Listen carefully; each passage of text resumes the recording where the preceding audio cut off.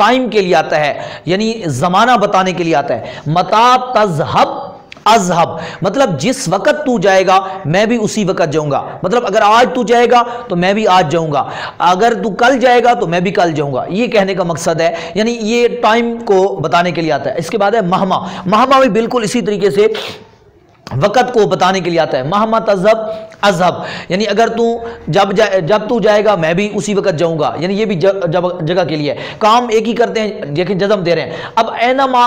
اور انا اور حیثما، یہ جو تینوں ہیں اینوا انا حیثما، یہ آپ ان تینوں کو سمجھیں، یہ تینوں جگہ کے لیے آتے ہیں، مکان یعنی جگہ کے بارے میں بتانے کے لیے آتے ہیں، یعنی کسی جگہ کو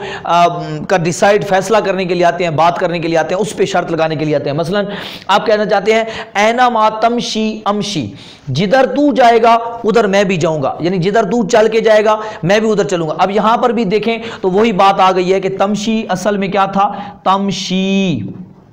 تو یہ دیکھیں تو اینما لگا تو یہ یا آخر میں سے حذف ہو گئی، تو تمشی امشی، امشی بھی اسی طریقے سے، تو یہ ناقص والا فعل مضارع ہے، تو اس لحاظ سے اس کی جو حالت جزمی ہے وہ لام کلمے کو حذف کر دینے سے آئے گی، یعنی یہاں جزم لگانے سے نہیں آئے گی، آپ کے لام کلمے کو حذف کر دینے سے آئے گی۔ اینما تمشی امشی، تو جہاں تو جائے گا، یعنی اگر تو مسجد جائے گا میں بھی مسجد جاؤں گا، اگر تو بازار جائے گا تو میں بھی بازار جاؤں گا، یہ مطلب ہو گیا۔ انا تکن اکن، یہ بھی دیکھیں یہ بھی اسی طریقے سے جگہ کے بارے میں آتا ہے کہ جہاں کہیں تو ہوگا وہاں میں بھی ہوں گا، یعنی جہاں تو ٹھہرے گا رہے گا جائے گا میں بھی وہاں جاؤں گا، مطلب اگر تو شہر میں رہے گا تو میں شہر میں رہوں گا، اگر تو بستی میں رہے گا تو میں بھی بستی میں رہوں گا، یہ بتانے کے لیے آتا ہے۔ یہ تکن اکن، یہ تکن اصل میں تھا تکونو، ٹھیک ہے، اور اکون بھی اصل میں تھا اکونو۔ تو اب یہاں آپ کے سوچیں گے کہ وہ کیوں اڑ گئی، تو دیکھیں جب آپ نے انا لگایا تو انا کیا کرتا ہے، جزم دیتا ہے، اب جب نون پر جزم آئی تو وہ بھی جزم، نون پر بھی جزم، یعنی وہ بھی ساکن ہے نون بھی ساکن ہے۔ ہم قانون صرف بطرال میں پڑھ چکے ہیں، علم الصیغہ میں پڑھ چکے ہیں کہ جب دو ساکن اکٹھے آ جائیں اور التقاء سکنین علی غیر حد ہی ہو اور ان میں سے پہلا ساکن مدہ ہو تو اس کو ہم حذف کر دیتے ہیں، تو اس وجہ سے یہ تکون ہو جائے گا۔ اکون بھی اسی طریقے سے اگر ہم یہ نون کو ساکن نہ کریں تو ہم پڑھیں گے تکونو اکونو، اور اگر ساکن کرتے ہیں تو ہم اس کو پڑھ دیتے ہیں تکن اکن، یعنی یہ بھی اس کا بھی وہی مطلب ہے۔ اب ہم آ جاتے ہیں اگلے کی طرف، ہمارے پاس لفظ ہے حیثما، حیثما بھی جگہ کے لیے آتا ہے، حیثما تقعد اقعد، جہاں تو بیٹھے گا وہاں میں بیٹھوں گا۔ اب ازما تفعل افعل، دیکھیں ازما جو ہے یہ بھی غیر ذوی العقول کے لیے آتا ہے، کیا مطلب یعنی جو چیز جو کام ایسے ہوں جو غیر ذوی العقول معاملات ہوتے ہیں ان کے اوپر، مثلا دیکھیں سمجھیں، اگر تو یعنی کپڑے کو سینے کا کام کرے گا تو میں بھی کپڑے کو سینے کو کام کروں گا، اگر تو کھیتی باڑی کرے گا تو میں بھی کھیتی باڑی کروں گا، اس کا مطلب یہ نکلا ہے یعنی ازما تفعل افعل، یعنی جو تو کرے گا میں بھی وہی کروں گا، مطلب تو جو بھی کام کھیتی باڑی کا کرے گا میں کھیتی باڑی کروں گا، اگر تو سلائی کا کام کرے گا میں سلائی کا کام کروں گا، فلاں فلاں فلاں۔ تو یہ اس طریقے سے، یہ امید ہے آپ کو اچھی طرح سمجھ آ گئے ہوں گے۔ یہ دیکھیں میں نے حاضر کا سیگا، اور کیونکہ جب شرط لگائی جا رہی ہے تو سامنے والے کو کہا جا رہا ہے، تو جس طرح ہم پیچھے کہتے ہیں ان تدخل ادخل، اگر تو داخل ہوگا میں بھی، یعنی ان تدخل الدار ادخل الدار۔ اب آپ نے کچھ سوچا ہوگا کہ میں نے لے کے لام کی ضرب زیر پڑھی ہے، یاد رکھیں جب ملا کے پڑھتے ہیں نا، ملا کے، تو جو ساکن ہوتا ہے اس کو ہم کسرہ زیر دے دیتے ہیں، یہ آپ نے اصول ذہن میں رکھا ہے، اس لیے کہیں پر اگر ایسا پڑھا جائے یا لکھا ہوا تو آپ یہ نہ کہنے لگے آپ نے تو یہ کہا تھا کہ یہاں جزم آتی ہے اور آپ یہاں تو زیر پڑھی جا رہی ہے، تو میں نے جس طرح ابھی پڑھا ان تدخل الدار ادخل الدار، ملا کے پڑھو، اگر تو گھر داخل ہوگا تو میں بھی گھر داخل ہوگا، ان تدخل المسجد ادخل المسجد، میں تو اب یہاں دیکھیں اصل میں تھا ان تدخل المسجد ادخل المسجد، تو اب دیکھیں کیا نام ہے اس کے اندر ادخل تدخل تھا، لیکن ملا کے جب میں نے پڑھا تو اس وجہ سے اس کو زیر دے دی ہے، کیونکہ جب ساکن کو حرکت دی جاتی ہے تو کسرے کی حرکت دی جاتی ہے تا وقتے کہ وہاں کوئی معنی یا کوئی مجبوری نہ ہو، یہ ہم صرف بطرال میں اس کو تھوڑا بہت التقاء سکنین والے قانون میں پڑھا چکا ہوں، مزید جو ہے وہ یہاں پہ میں نے اشارہ دے دیا تاکہ آپ کو بات سمجھ آ جائے، یعنی جب اس کا مفعول کوئی آ جاتا ہے آگے ذکر کیا جاتا ہے تو پھر ملانا پڑتا ہے، تو ملانے کے لیے ہمیں پھر جو ہے وہ کسرہ دے دیتے ہیں. ویسے جہاں پہ تو کوئی ملایا نہیں جا رہا، اس لیے ہم یہاں پہ ان کو عام نارمل انداز میں جزم کے ساتھ ہی پڑھ رہے ہیں. تقد، اقد، تفل، افل. اچھا اب ایک ہم ان میں سے رہ گیا، وہ ہے ایون. ایون یاد رکھیں، جو ان میں سے اسماء موصولہ اسماء شرط میں سے جو ایون ہے، ایون جو ہے یہ یاد رکھیں ہمیشہ مضاف ہو کے استعمال ہوتا ہے، اس لیے میں نے اس کو ایہم لکھا ہے. ذرا دیکھیں ایہم یعنی اس کا مضاف ہمیشہ مضاف الیہ ہوتا ہے، یہ کسی کی طرف مضاف ہوتا ہے، چاہے وہ ضمیر ہو یا اسم ظاہر ہو. مثلا یوں بھی ہو سکتا ہے ایو راجولن، ایو راجولن بھی ہو سکتا ہے، ایو راجولان بھی ہو سکتا ہے، ایو رجالن بھی ہو سکتا ہے، ایو